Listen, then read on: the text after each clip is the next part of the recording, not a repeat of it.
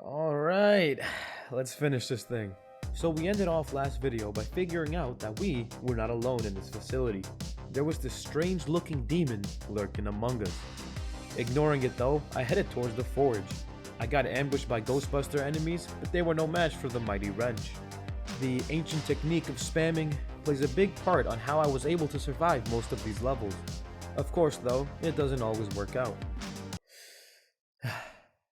Please subscribe to my channel. It really does help me get through these challenges. Upon being revived by the heavenly heavens, I came back for round 2, only to realize that I could have skipped this entire part by just entering this elevator. It led me to a room that was flooded. I took this opportunity to go ahead and practice my aim, but as you can see, like my penis size, it's not much to brag about.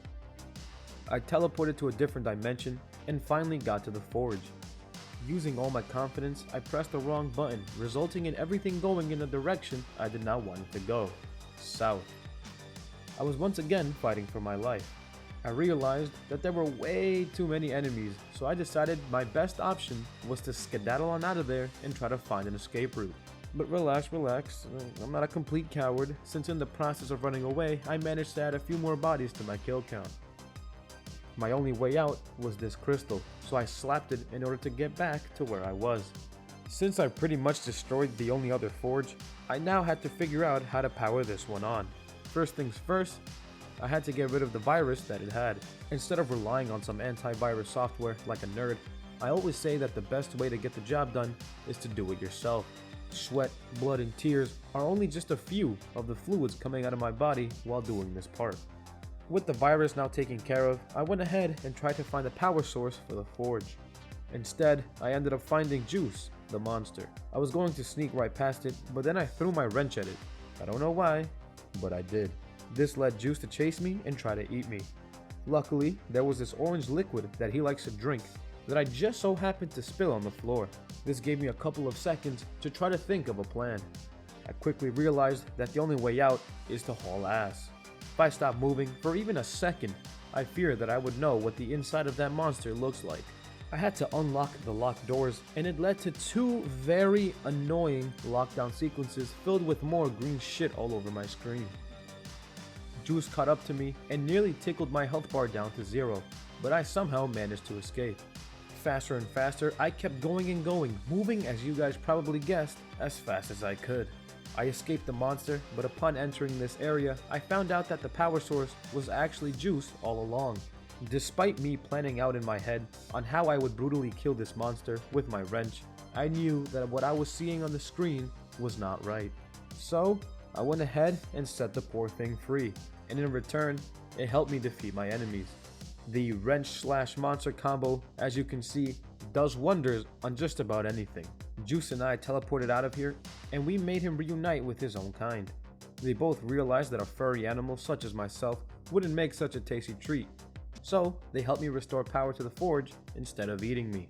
With the schematics now uploaded, the Dimensionator was now finally built. My next stop was Xerxes in order to meet with Rivet to put all the pieces together to build the Dimensionator. But somehow, hitting this crystal made my game a little rough around the edges. Not too sure how this happened, I tried to make it to my ship regardless, and with little to no hesitation, I jumped onto what I thought was a platform, only to plummet straight down to my death. Thankfully, I loaded up right where I wanted to be. Now at Xerxes, the 2 lovebirds finally meet. Love is in the air, people. Right when we were about to build the Dimensionator, Dr. Nefarious comes out of nowhere, cock blocks the crap out of me, and takes the pieces from us. Rivet goes ballistic and tackles Nefarious through the window, initiating a boss fight.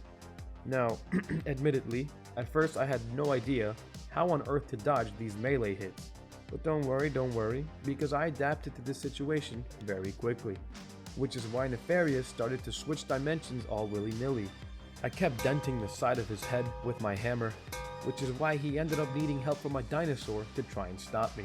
This was all for nothing, since in the end, I ended up embarrassing this man in front of thousands of people. But then, like a god from the heavens, we were witnessing the second coming of Christ. The Omega, the Chad, if you will. You know what? No. Forget Doctor. This is just Nefarious. This is the real Nefarious, floating down like he means business. Now this guy is the real deal. A real menace to society. Without even looking, he can overpower both Rivet and Ratchet. He picks up his garbage and leaves with it to go and destroy Rivet's home world. Ratchet decides he has to go and save the last remaining Resistance member before Nefarious gets to him first. Rivet, on the other hand, speeds on ahead to her home world in order to try and stop the upcoming invasion. Shit's about to get real. Playing as Ratchet now, I was in the search for Captain Quantum, who was in hiding somewhere on this planet. Well, I found Pierre. The situation doesn't seem too bad, so I might as well try and help him out. Now that I have experience fighting these shield pirates, I found a strategy that works great in my opinion. I purposely miss my wrench throw and walk in front of the enemy. That way, when the wrench is on its way back to me, it will hit the enemies from behind, causing some good damage. Despite this technique though, there are a lot of pirates. And I mean a lot. I deadass thought that just for a second, I was playing the wrong game. With all the pirates though finally defeated, I saved the mechanical pussy from the giant kraken that wanted to tickle his metal and left him hanging. I completed a nice little mini game and then proceeded to practice my skills in an elevator. This dead grunter foreshadowed what is probably the hardest part of this entire challenge. Enjoy it while you can, Undead Color, because in a few chapters you won't be happy you spent $70 on this game. Anyways, I made it to Captain Quantum, who was probably in the best disguise I have ever seen. You take one good look at this man and you can't even tell the difference between this and this. I mean, he looks like he just belongs with this gang. Now that his cover was blown, it was time for an epic pirate showdown. The great hero of all heroes, Quantum, runs away in fear as I, the Lombax, as per usual, has to save the day. I wish I didn't have to fast forward these clips so you guys can really get a feel of the sweat I put into these challenges. I feel like every time I do these challenges, I lose some sort of body mass, some type of weight, because of the amount of sweat I produce. Everyone got defeated, so I tried to launch the ship on out of here, but then another ambush happened. And oh boy, was it a big one. My priority was to take out this big beam, or else we ain't going nowhere. So here we go.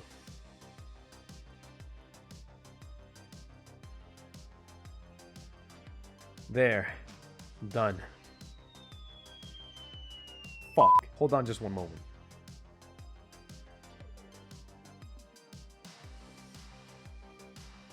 Finally. Well, now that that's all taken care of, it's time to escape. Psych! I lied. Nefarious got the upper hand and sunk the ship. Luckily, my life was saved, but sadly, I wasn't able to save Quantum. As Ratchet slowly sails the 7 seas in a bucket, we cut back to Rivet, who's trying to save her town from complete destruction. As you can guess, there was a lot of smashing and hitting and smacking and cracking, a lot of spamming, a lot of Rivet grunting. Release that ramshackle seeker bee. The game threw me a curveball, and I found myself in a space battle. Using this beautiful pterodactyl thing, I grabbed bombs and tossed them at the enemy ships repeatedly until they were nothing but debris. Come to think of it, the debris probably killed a few morts in the process. So, good job, I guess. Eventually, the Death Star came crashing down. Darth Vader descended towards me and used his gun to send me into a pocket dimension. Completely lost and afraid, I got out in like 2 seconds and headed off to Xerxes.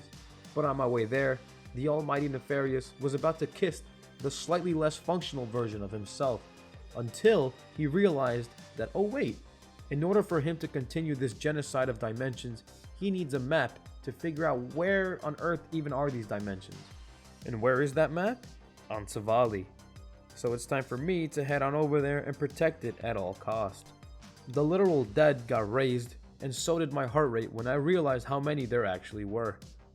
We got here too late, but it's okay, because Rivet is on her way right now to take the map back. Considering that this was one of Nefarious' ships, you can already imagine the abundance of enemies that were thrown at me. We won't get into that, just know that it was a lot. Using my hammer, I was going to flatten the top of this person's head, but realized it was just one of the potheads. He told us that the map was actually hidden in an anomaly, so Nefarious hasn't gotten his hands on it just yet. With Gary telling me where to go, I zoomed past every single enemy, eventually making it to the anomaly that held the map. The hardest section of this game came crashing out of the ground and even made Clank say a naughty word. Holy!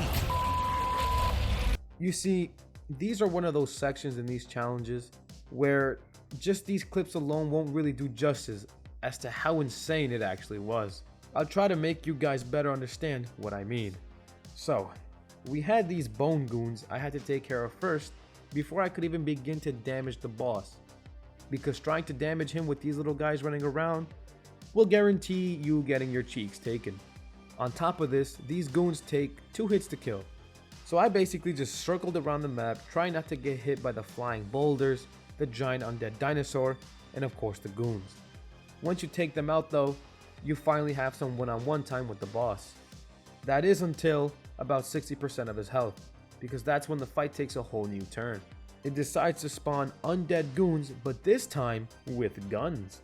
I literally had to run laps around these guys only to take a half-second break to hit them once and repeat the process. Otherwise, I'd get shot.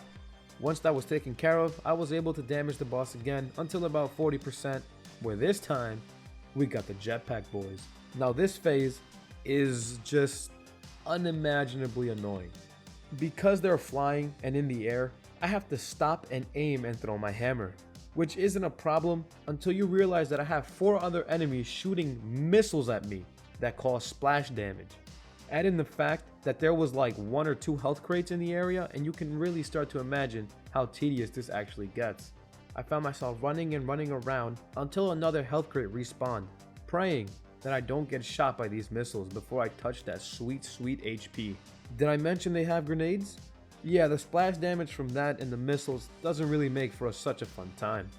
Luckily, and thankfully, after taking out these goons, the fight is basically over. I had my last one-on-one with this dinosaur, and with tears running down my face, I took him down. Not easy whatsoever. Using Clank, I hopped into the anomaly and retrieved the map that was inside, only to come back to Ratchet and have it snatched from us. Ratchet and Clank got sent to prison, Rivet and Kit got into a fight, Kit also got sent to prison, and Rivet was left all alone, realizing that her arm was taken by the very robot she called her friend. At the moment, Rivet turned into pure will and dedication, so she headed to the federal prison in order to break out the dynamic trio. As soon as I found Clank, I attached him to my back and rescued everyone else behind these bars. Ratchet and Kit were still stuck inside of that box, so what did I do? Chased it as best as I could. I shut down the power in order to unlock Ratchet's prison, only to feel even more stupid when hearing that his cell has a backup generator. I fought my way against countless enemies trying to hold me back, but come on now, I ain't giving up that easily. My overconfidence quickly went down the hole when 2 battleships decided to enter the party and attempt to kill me.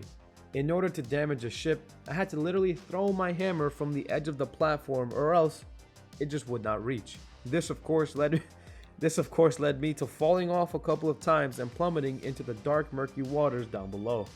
I mean, what can I say? It's the best I could do.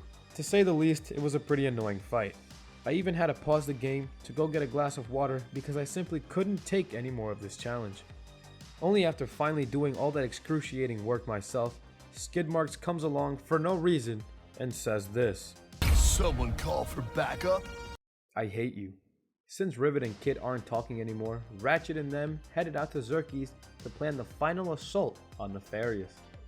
We learn there on a TV screen that Nefarious has Ratchet's dimension first up on his list to destroy.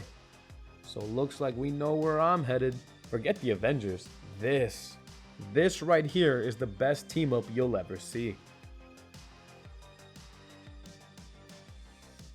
Nefarious wasted no time trying to convert my city into his own. So I confronted him head on and insulted his mother just for him to pull out a big ass mech suit. Not gonna lie, I was a bit intimidated, and with the way he was attacking, I wasn't sure I was able to do this with my hammer.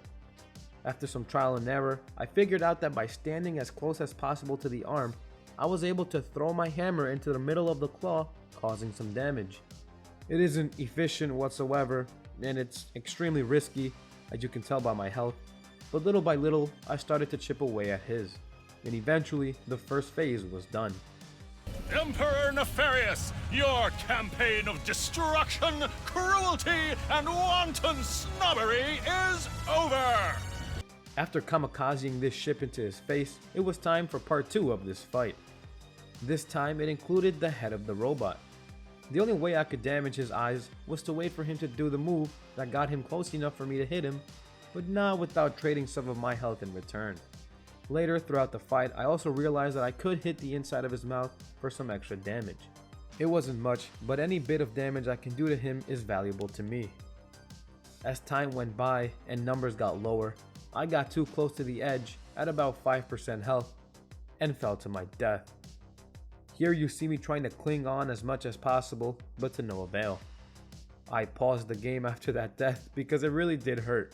This boss, surprisingly, involves a lot of precise hammer throws and complete focus in order to get it done. As you can imagine, it takes quite some time. Dying because I was careless doesn't exactly sit right with me. I took a deep breath, took a piss, went to the gym for about an hour and a half in order to take out the anger that was built inside of me. I then continued the fight. With the robot at 1%, I thought I was ready to see the final credits, but Nefarious teleported me closer to him to try and kill me. But since I previously blinded his robot, he couldn't see me.